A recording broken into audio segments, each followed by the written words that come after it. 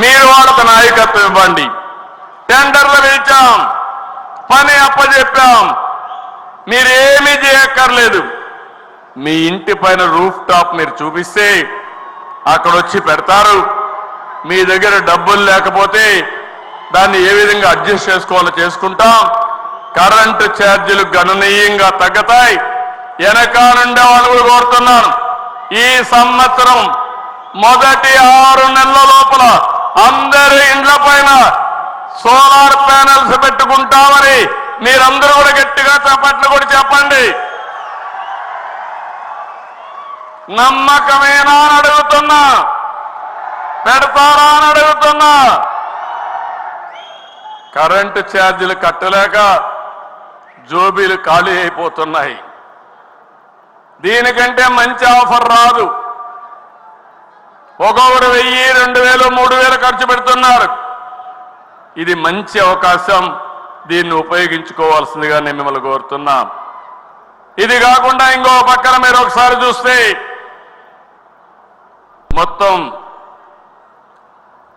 రాష్ట్రంలో అభివృద్ధి వికేంద్రీకరణ తెలుగుదేశం పార్టీ సిద్ధాంతం.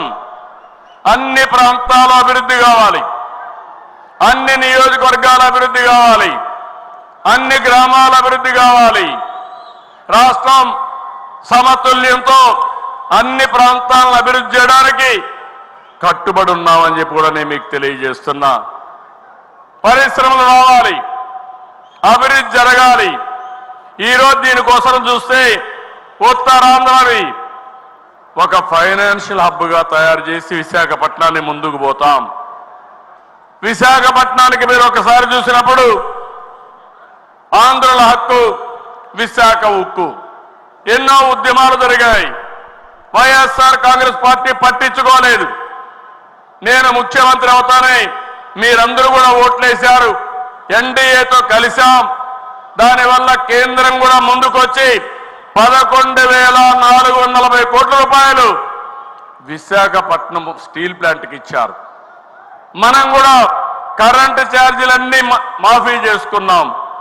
నీళ్లు కూడా ఛార్జెస్ అన్ని రీషెడ్యూల్ చేశాం, సెక్యూరిటీ ఇచ్చాం. ఇలాంటివన్నీ మనం కూడా చేసి ఎట్టి పరిస్థితుల్లో విశాఖపట్నం స్టీల్ ప్లాంట్ క్లోజ్ కాకూడదు, ప్రైవేటు పరం కాకూడదని ఆలోచించి సెంటిమెంట్ ప్రకారం పనిచేస్తున్నాం. ఈరోజు విశాఖపట్నానికి ఇదే కాదు, విశాఖపట్నం జిల్లా ఒక స్టీల్ జిల్లాగా తయారవుతుంది, ఉక్కు నగరంగా తయారవుతుంది. విశాఖపట్నం స్టీల్ ప్లాంట్ ఉంది, పక్కనే ఆర్సీఆర్ మిథలైతే దగ్గర 1,50,000 కోట్ల రూపాయలు పెట్టి పెద్ద ఉక్కు ఫ్యాక్టరీ పెడుతున్నాడు. అక్కడ స్టీల్ నగరమే తయారయ్యే అవకాశం వస్తుంది. ఈ రెండే కాదు, ఐటీ మినిస్టర్ గారి ఆధ్వర్యంలో టీసీఎస్ అయితే 20,000 మందికి ఉద్యోగాలు ఇవ్వడానికి ముందుకు వచ్చారు. ఇంకో పక్క గూగుల్ వస్తుంది. ఈ రెండు వస్తే విశాఖపట్నం ఒక నాలెడ్జ్ హబ్గా తయారవుతుందని చెప్పి కూడా నేను మీకు తెలియజేస్తున్నా. ఇది కాకుండా ఏదైతే విశాఖపట్నంలో రైల్వే జోన్ వచ్చింది, ఫార్మా సిటీ వచ్చింది, ఫార్మా కంపెనీలు వస్తున్నాయి. ఇవన్నీ కానీ వస్తే విశాఖపట్నం భోగాపురం ఎయిర్పోర్ట్ పూర్తవుతుంది, మెట్రో కూడా వస్తుంది, ఆ ప్రాంత అభివృద్ధి అవుతుంది. ఇక రాయలసీమలో మీరు ఒక్కసారి గుర్తుపెట్టుకోవాలి, రాయలసీమ నేను ఒకటే హామీ ఇస్తున్నా, రేపు కూడా మీటింగ్ లో నేను చెప్తాను ఏమేం చేయబోతారని. ఈ రాయలసీమని రాష్ట్రానికి అగ్రపీఠాన్న పెట్టే బాధ్యత తెలుగుదేశం పార్టీ తీసుకుంటాం.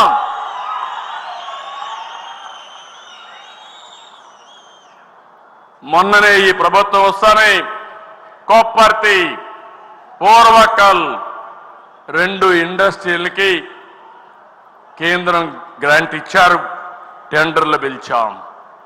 ఇంకో పక్క మీరు చూస్తే హంద్రీ నీవా పూర్తి చేసి రిజర్వాయర్ కట్టి కియా మోటార్ తెచ్చిన ఘనత తెలుగుదేశం పార్టీది, తెలుగుదేశం ప్రభుత్వానిది. ఇప్పుడు నేను ఆలోచించేది రాయలసీమలో పెద్ద ఎత్తున పరిశ్రమలు రావాలి. నిన్నే చూశారు, నేను కేంద్రం దగ్గరికి వెళ్ళి ఈరోజు మనం ఒకసారి చూసినప్పుడు ఏరోస్పేస్ ఇండస్ట్రీస్ ఉన్నాయి, విమానాలు తయారు చేసేటివి ఉన్నాయి, డిఫెన్స్ విమానాలు కావాలి, సివిల్ ప్రయాణం చేయాలంటే విమానాలు కావాలి. అలాంటి విమానాలు తయారు చేసే ప్రదేశానికి అనువైనది అనంతపూర్ జిల్లా లేపాక్షి ప్రాంతం అని చెప్పి కూడా నేను మీకు తెలియజేస్తున్నా. నేను ఆ మాట అడిగాను. ఆ మాట అడిగితే కర్ణాటకలో ఉండేవాళ్ళు కొంతమంది అంటున్నారు బెంగళూరులో ఉండే HAL నేనేదో షిఫ్ట్ చేయాలని కూడా అని. నేనెప్పుడూ అలాంటి పనులు చెయ్యను, నా చరిత్రలో అది లేదు. అభివృద్ధికి మారు పేరు తెలుగుదేశం పార్టీ తప్ప వేరే రాష్ట్రాల్లో ఉండే ప్రాజెక్టులు తేవాలను, చెడ్డ పేరు తెచ్చుకోవాలను తెలుగుదేశం పార్టీకి లేదని చెప్పి కూడా నేను మీకు తెలియజేస్తున్నా. అదే మాదిరిగా డిఫెన్స్ ఉంది, ఎన్నో ఇండస్ట్రీస్ వస్తున్నాయి. రాయలసీమలో ఎన్నో ఇండస్ట్రీస్ వచ్చాయి. అందుకే కేంద్ర మంత్రి గారిని కోరాను, 5 ప్రాంతాల్లో 5 డిఫెన్స్ హబ్బులు పెట్టి, ఒకటి నాగాయలంక, దోనకొండ ఒక ప్రాంతం, అనంతపూరు ఆ ఏరియా మొత్తం ఒక ప్రాంతం, ఇక్కడికి వస్తే ఓర్వకల్లో డ్రోన్ సిటీ పెట్టి డిఫెన్స్ కావాల్సిన డ్రోన్స్ కూడా ఇక్కడ తయారు చేయాలని కోరాను. అదే మరి ఇంకొక పక్కన మీరు చూస్తే విశాఖపట్నం నేవల్ హబ్గా చేసి డిఫెన్స్ ఫ్యాక్టరీస్ అన్ని అక్కడ పెట్టమని కోరాను. ఇవన్నీ వస్తే మన పిల్లలకు ఉద్యోగాలు వస్తాయి, లేటెస్ట్ టెక్నాలజీస్ వస్తాయి. ఇక్కడ చాలా మంది స్టార్టప్ కంపెనీలు పెట్టే పరిస్థితి వస్తుంది. ఇంకో పక్క ఎలక్ట్రానిక్ సిటీ లేపాక్షి ఓర్వకల్ హబ్బుగా చేసుకుని ఇవన్నీ తేవాలని చెప్పి ఆలోచిస్తున్నాను. నేను చెప్పే ఇవన్నీ గాని వస్తే రాయలసీమ ఒక పక్క హార్టికల్చర్ హబ్గా, ఇంకొక పక్క హై టెక్నాలజీ హబ్గా తయారవుతుందని మీ అందరికీ విజ్ఞప్తి చేస్తున్నా. ఇంకో పక్క దేవాలయాలు ఉన్నాయి, తిరుపతి వెంకటేశ్వర స్వామి ఒక దివ్య క్షేత్రం, ప్రపంచంలో అందరూ వస్తారు. దాన్ని ఒక డెస్టినేషన్ గా మనం తయారు చేయొచ్చు.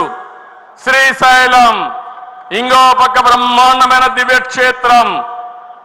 అలాంటి 2 కూడా మనం తయారు చేసుకుంటే దేశంలోనే 2 శక్తి పీఠాలు ఉండేది ఒక్క శ్రీశైలం తప్ప ఎక్కడా లేదు. ఈ 2 కూడా వర్కౌట్ చేసుకుంటాం, ముందుకు పోతాం. ఈ రోజు మీ అందరికీ ఒకటే విజ్ఞప్తి చేస్తున్నా, ఏదైతే నేను చెప్పానో దానికి అనుకూలంగా నేను ఎప్పుడు కూడా ఏదో ఒక విధంగా ఈ ప్రాంతాన్ని అభివృద్ధి చేయాలని ఆలోచిస్తున్నాను.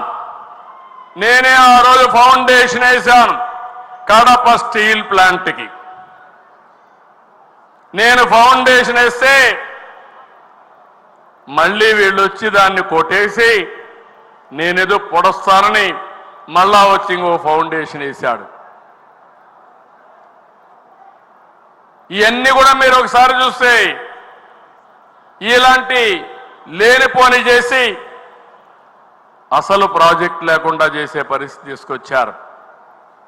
మొన్ననే నేను వచ్చినప్పటి నుంచి మాట్లాడుతున్నా, గట్టిగా మాట్లాడా. ఈరోజు మీకు హామీ ఇస్తున్నా, కడప మహానాడులో ప్రతినిధుల మహాసభలో మీ అందరికీ హామీ ఇస్తున్నా, 10 రోజుల్లో కడప స్టీల్ ప్లాంట్ పని ప్రారంభమవుతుందని అనౌన్స్ చేస్తున్నా.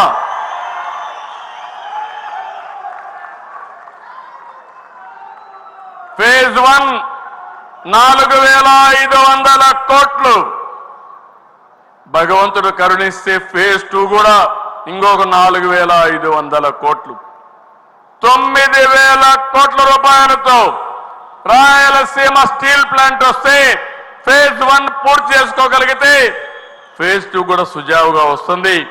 దీనివల్ల 3 MTPA కెపాసిటీతో ముందుకు పోవాలనుకుంటున్నాం. 3,000 మందికి ఉద్యోగాలు వస్తాయి.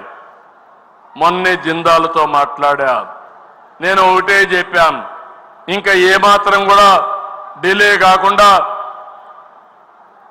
జూన్ 12వ తారీఖుకి ఈ ప్రభుత్వం వచ్చి 1 సంవత్సరం అవుతుంది. అంత లోపలనే మీరు ప్రారంభించండి.